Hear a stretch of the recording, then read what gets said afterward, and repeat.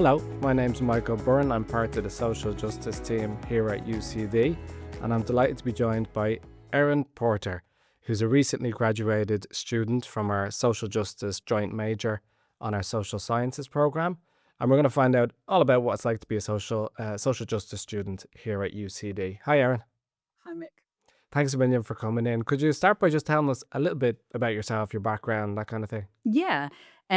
So I came to UCD as a mature student. I began my undergraduate degree when I was 35. I turned 36 shortly after the beginning of first term.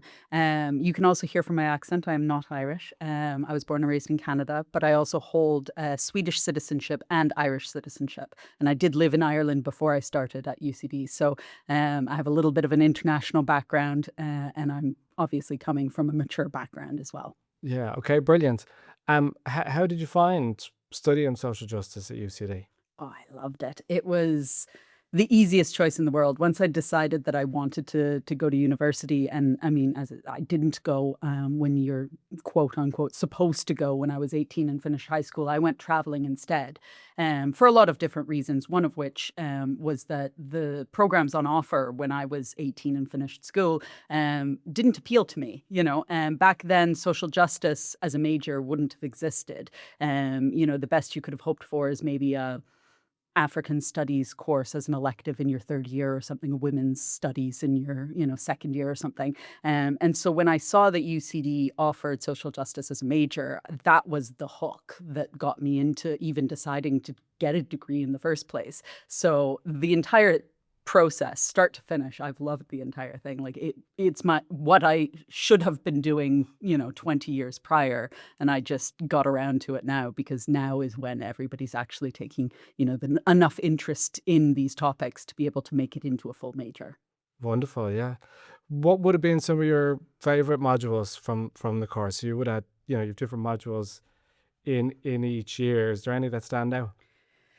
I think probably the number one module that stands out is global masculinities, which seems maybe as an outlier because there's so many of the classes that we do that cover, a whole range of social justice topics, from racism, colonialism, gender inequalities, um,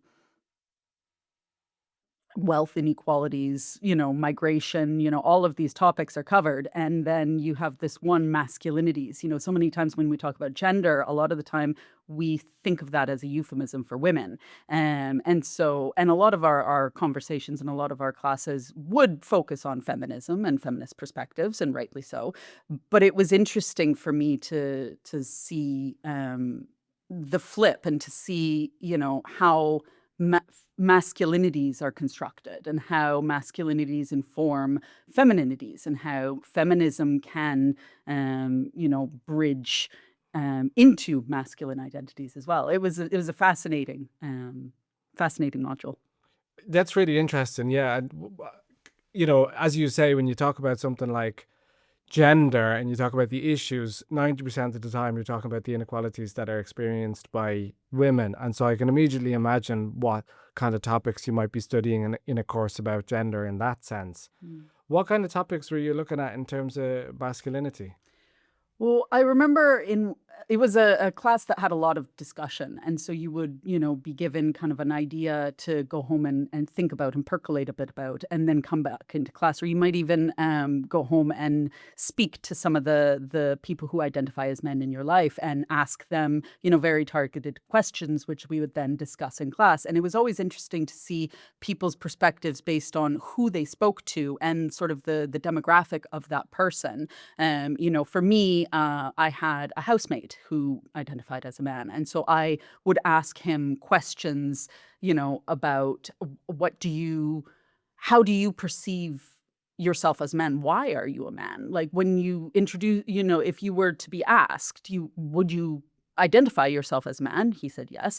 And would ask then, well, what makes you a man? Was there a point in time? Was there a defining moment that you knew you were a man? And if so, what is that? And so many times it seems like a lot of the feedback from other students would be that the people they asked would say that, they knew that they had become a man when they were in their first fight, or when they stood up to their father, or when they got their driver's license. It was so interesting to see, and it was different, culturally as well.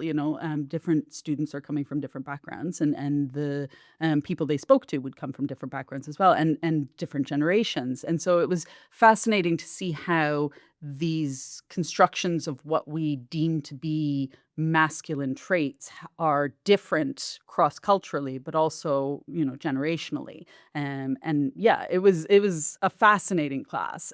So we would talk about that sort of thing, but then there was also conversations about, you know,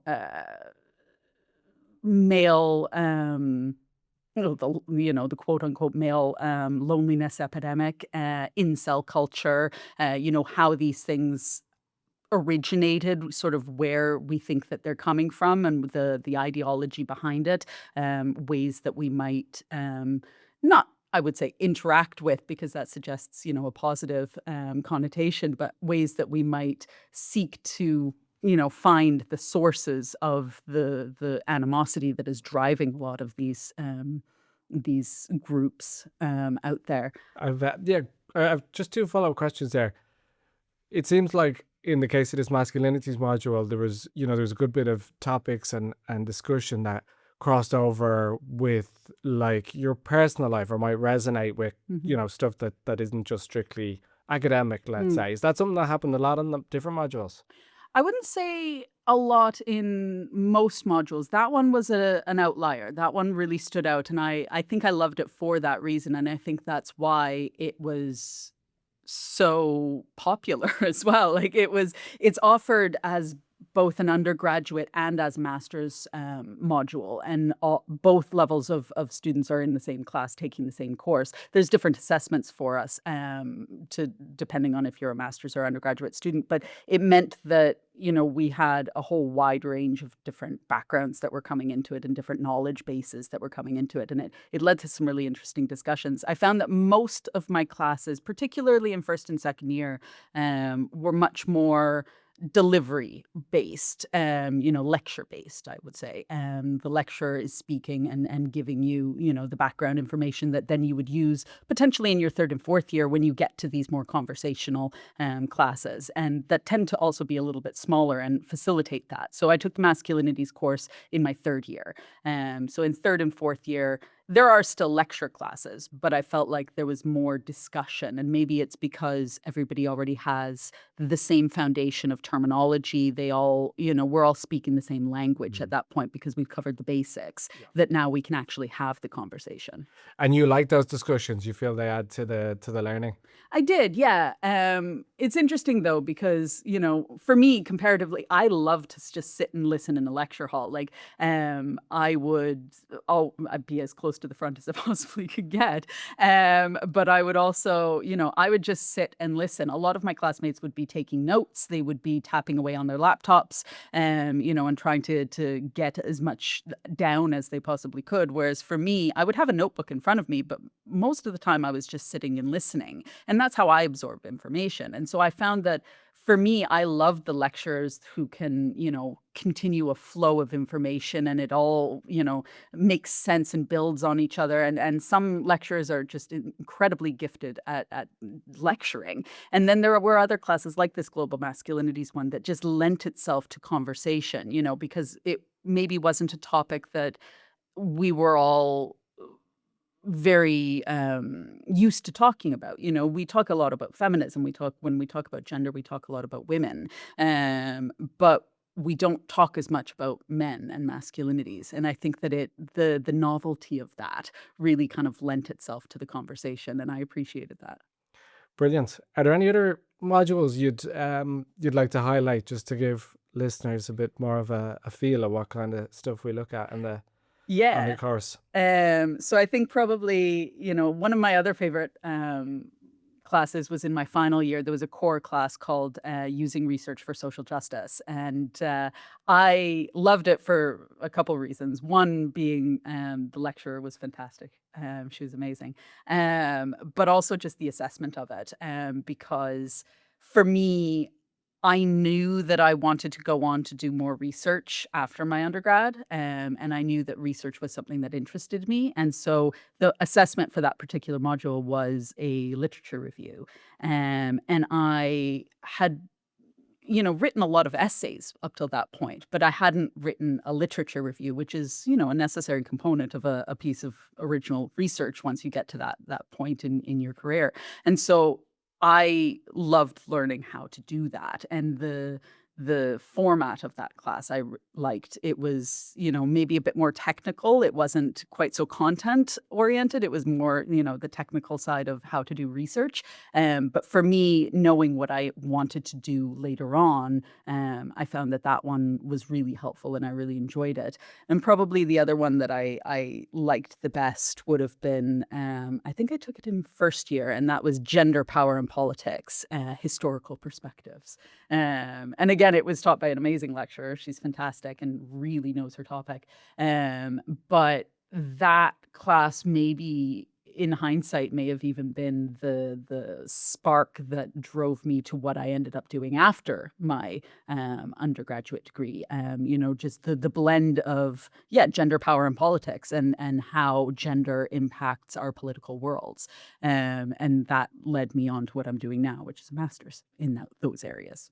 Okay, I want to come back to the masters later, but can I ask you, you were studying social justice because when you do the social science program, you'll take two different subjects. One of yours was social justice. I believe the other one was politics. Yes.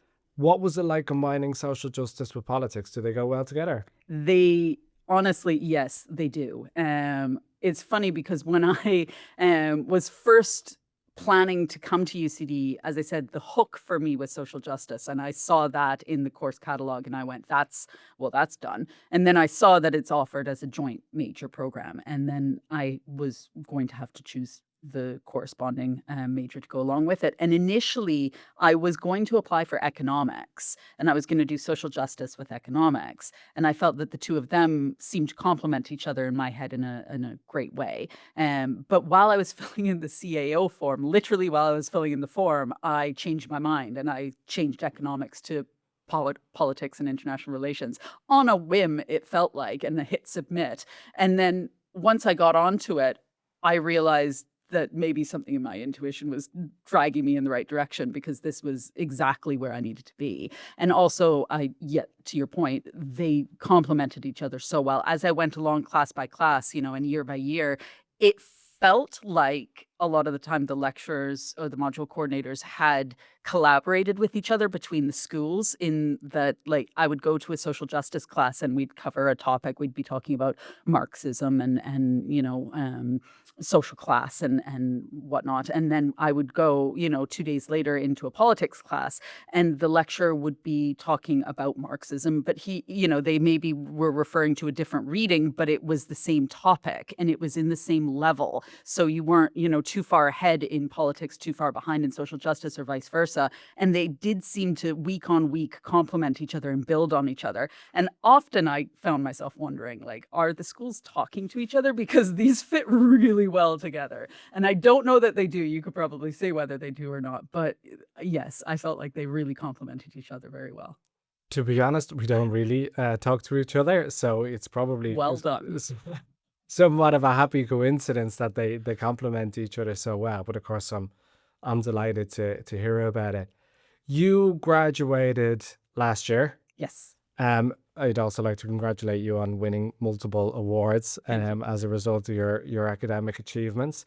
One of those awards, I believe, has enabled you to get a scholarship to do a master's, which you've already started. Would you tell us a little bit about that master's program? Yeah, so I decided, as I said, probably one of the inspirations for what I ended up choosing as my master's was that first year course of Gender, Power, and Politics. And so the master's I'm doing is an MSc Gender, Politics, and International Relations. It's offered by the UCD School of Politics and International Relations. It's not through the School of Social Justice, unfortunately.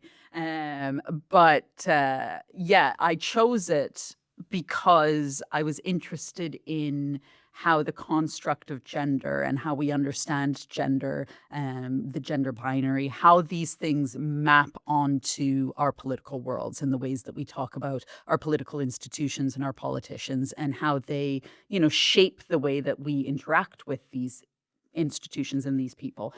So I was interested in it in a very theoretical way. And yes, I did win a scholarship. I was very proud of that. That was the BSc Postgraduate Social Sciences Scholarship Award, which has helped me a lot in being able to fund my master's. I'm finishing up very soon. It's a 1-year master's. You have a master's, but if it's a 1-year master's, they go so quickly, right? Yeah. I'm sure you feel like you just started. Last question.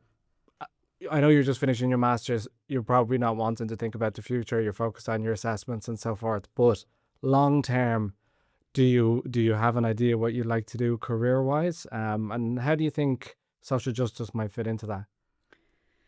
I have a couple of ideas in fairness. I am in the process of narrowing that down, and I'm starting to dip my feet, as it were, into a couple of different areas and send out feelers into a couple of different areas. The great thing about the social justice program is that we covered so much ground. There's so many areas that you could specialize in, whether you choose to specialize in gender, whether you choose to specialize in, race or social inequality, wealth inequality, political economy, like any of these topics are ripe with, a need for people with specialization. But they all also intersect. And so no matter sort of, there's a great quote that, no matter what part of the string of the fabric you're pulling on, it's all connected. And, you by pulling on your one little corner, you're going to help unravel the entire thing. And that's kind of where I'm approaching it from, is that I don't necessarily have one particular, thing that is calling my name. They're all calling my name because they're all connected to each other. So I am interested in areas that kind of intersect with politics, diplomacy. I'm interested in getting into the meat of how our institutions shape our lives and how we can in turn shape our institutions, and the historical, inequalities and oppressions that have been baked into these institutions, that hopefully I can be a part of unraveling. Um, if you're asking a specific job title, I don't have one of those in mind, but I have a lot of big ideas and I love research as well. I have the kind of thought that I might one day get into a PhD program, but that's a couple years down the line anyway. Okay, brilliant. Well, I mean, it sounds like you've definitely got a lot of drive and energy, and I know that from how you approached your studies throughout your 4 years on the social justice program. I'm sure you're doing the exact same thing now on your master's program. I really appreciate you taking the time to be with us here today, Erin. I think you've given us a great insight into what it's really like to be a student on the social justice program. So thanks a million for that. And for listeners, if you'd like to know more about social justice at UCD, you can go to ucd.ie/social policy work justice. You can also email me at michael.byrne@ucd.ie. Thanks for listening.